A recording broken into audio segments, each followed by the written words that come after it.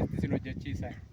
Egaa laala sirni nama nyaataan kun qe'ee Oromootti duuta akka baay'atu rakkoon guddaan akka ta'u akka namuu harki isaa darbee dhiigu jaarsa waggaa umuriin 70 qawweetti kennanii ijoollee Oromoo dargaggeessa kana fakkaatu waraana kana fakkaatu fuuldura dhaabuuf yaaluun ofirraa deebisaniidhaaf immoo walaa dhiigsaniidhaaf yoo jenne kun fagalaadha.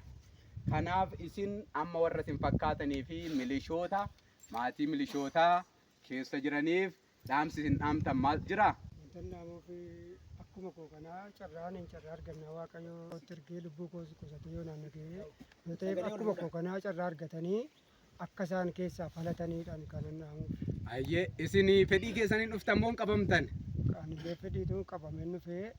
Akkamitti qabamtan? Ennaa qabamtan mana keessan keessatti egaa laalaa ijoolleen woboo humna ishii kennitee lubbuu keessan oolchuudhaaf lubbuu wajjin isin qabde.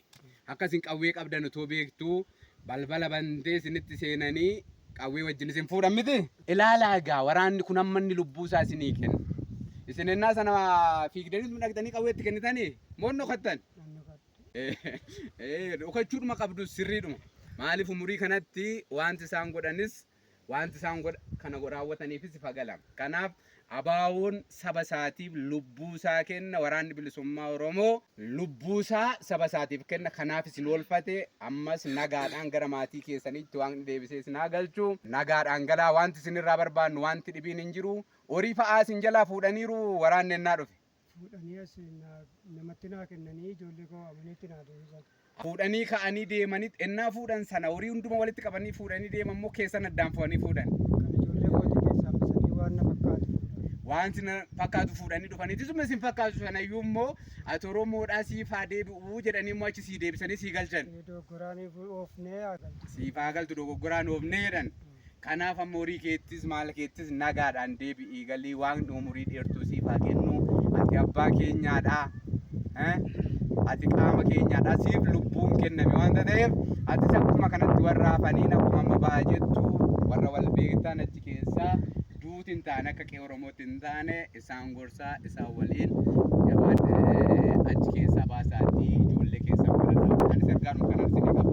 Wanti biraa wanti isin nuun jettan jira. Wanti nuti fooyyeffannu wanti nuti uummata Oromootti balleessine wanti isinitti balleessine wanti argitan jira.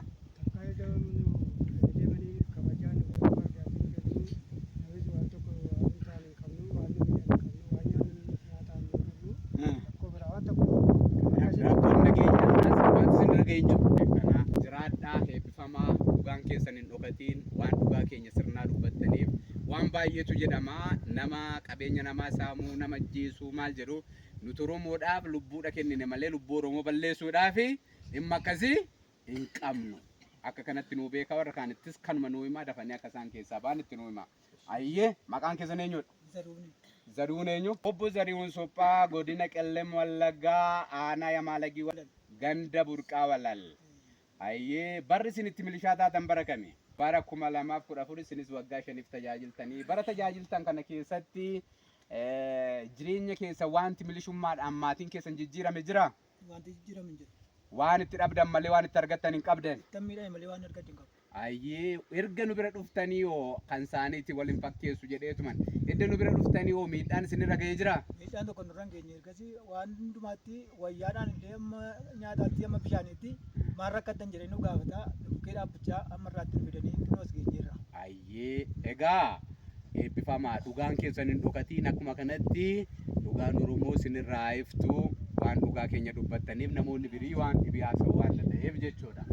Warri kaanis kanarraa baratanii isinirraa baratanii osoo qawween ittiin dhuka'iin osoo humnaan dhaqanii akka keessan kanatti hin qabamiin fedhiidhum isaaniitiin qawwee isaanii fudhatanii akka dhufan qawwee Oromootiin qe'ee Oromoo eegna malee Oromootti hin dhukaasnu nuti Oromoo ajjeesnu nuti akka nuun jedhan sana miti nuti warra san miti sanii fi dhimma filannoo jedhuu fi dhimma amma milishaa ta'uu jedhu kanarraa namoonni akka of godhu itti nu himaa isiniin jenna. Maatiin isaan dhuunfaa dhuftan nama kanaa har'aan booda isin bira jira maatii keessanii eeggadhaa tifkadhaa odeessa barbaachisu irraa fudhadhaa warri kaleessa erganii ajjeesuu barbaadan har'a ofii isaaniitti dhufanii ajjeesuu danda'u.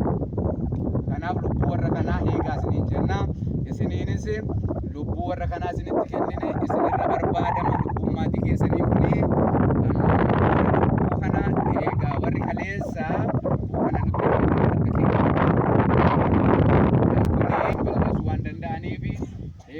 ejjennaa isinitti kennineerraa hawaasa Oromoo irratti waraana fuulduratti rakkoon tokko hin jiru nagaadhaan gara mana keessanitti galaa amma dhuma gubbaatti isin waan jennutti toora isa wajjiniin nuu tura.